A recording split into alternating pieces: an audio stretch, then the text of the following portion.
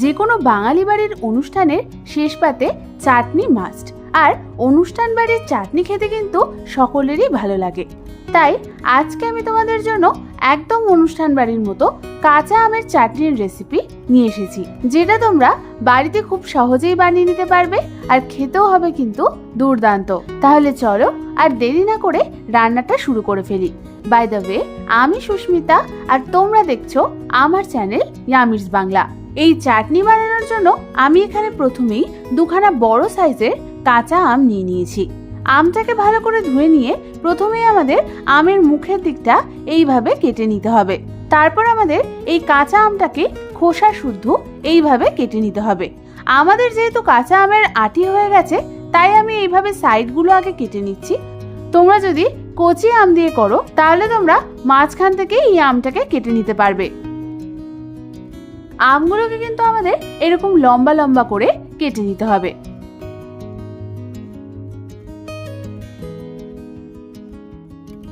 তোমরা দেখো আমাদের দুটো আমই ভালো মতো লম্বা করে কাটা হয়ে গেছে।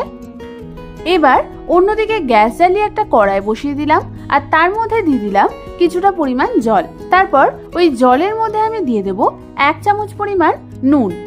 নুন দেওয়ার পর আমি ওর মধ্যে কেটে রাখা কাঁচা আমগুলোকে দিয়ে দেব। আম দেওয়ার পর আমাদের হালকা হাতে একটু নাড়াচাড়া করে নিতে হবে। তারপর আমাদের মিডিয়াম ফ্লেমে আমটাকে হালকা সেদ্ধ হতে রেখে দিতে হবে 3 থেকে 4 মিনিটের জন্য। 3 থেকে 4 মিনিট পর তোমরা দেখবে আমের খোসাগুলোর কালারটা চেঞ্জ হয়ে এসছে আর আমাদের আমগুলো কিন্তু হালকা সেদ্ধ হয়ে গেছে। এই সময় আমি এই জল থেকে আমগুলোকে ছেঁকে ছেঁকে একটা অন্য পাত্রে তুলে নেব। তোমরা কিন্তু আমটাকে অতিরিক্ত সেদ্ধ করবে না, তাহলে কিন্তু চাটনি করার সময় আমটা একদম গলে যাবে। আর এই অনুষ্ঠান বাড়ির চাটনির মধ্যে যে স্পেশাল মশলাটা দেওয়া হয় সেটা আমি এখন বানিয়ে নেব। তার জন্য গ্যাস জ্বালিয়ে একটা ছোট তাওয়া বসিয়ে দিলাম। তাওয়াটা হালকা গরম হয়ে এলে আমি ওর মধ্যে দিয়ে দেব 1 টেবিল চামচ 5 ফোড়ন আর 1খানা শুকনো লঙ্কা। এই 5 ফোড়ন আর শুকনো লঙ্কাটাকে আমাদের হালকা করে ড্রাই রোস্ট করে নিতে হবে। 2 থেকে 3 মিনিট মিডিয়াম ফ্লেমে হালকা হাতে ড্রাই রোস্ট করার পর তোমরা দেখবে 5 ফোড়ন আর শুকনো লঙ্কার কি সুন্দর গন্ধ বেরিয়ে এসছে। এবার এটাকে আমি ঠান্ডা হতে রেখে দেব কিছুক্ষণের জন্য। ঠান্ডা হয়ে গেলে সেটাকে আমি দিয়ে দেব একটা মিক্সার গ্রাইন্ডার জারের মধ্যে। তারপর এটার একটা ফাইন পাউডার আমাদের বানিয়ে নিতে হবে। তোমরা দেখো আমাদের স্পেশাল মশলা কিন্তু একদম রেডি হয়ে গেছে।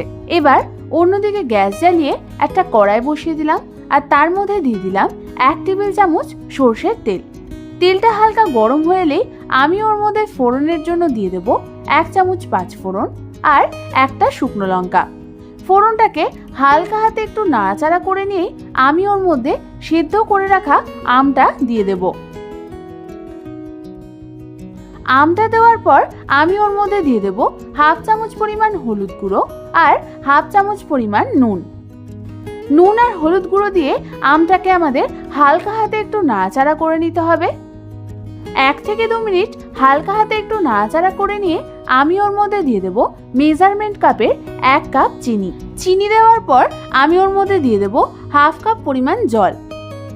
এবার আমাদের হালকা হাতে সমস্ত কিছুকে ভালো করে নাড়াচাড়া করে নিতে হবে।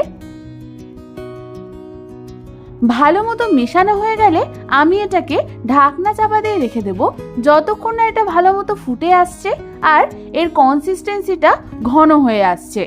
বেশ কিছুক্ষণ পর ঢাকনা খুলে তোমরা দেখো আমাদের চাটনিটা ভালো মতো ফুটে উঠেছে আর এর কনসিস্টেন্সিটা ঠিক এরকম হয়েছে, না বেশি ঘন আর না বেশি পাতলা।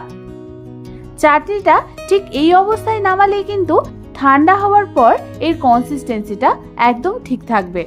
এবার আমি এর মধ্যে দিয়ে দেব 1 চামচ পরিমাণ বানিয়ে রাখা স্পেশাল মশলাটা। মশলাটা দেওয়ার পর আরও একবার আমাদের হালকা হাতে একটু নাড়াচাড়া করে নিতে হবে। ভালো মতো মেশানো হয়ে গেলে তৈরি হয়ে যাবে আমাদের একদম অনুষ্ঠান বাড়ির মতন দুর্দান্ত স্বাদের আমের চাটনি।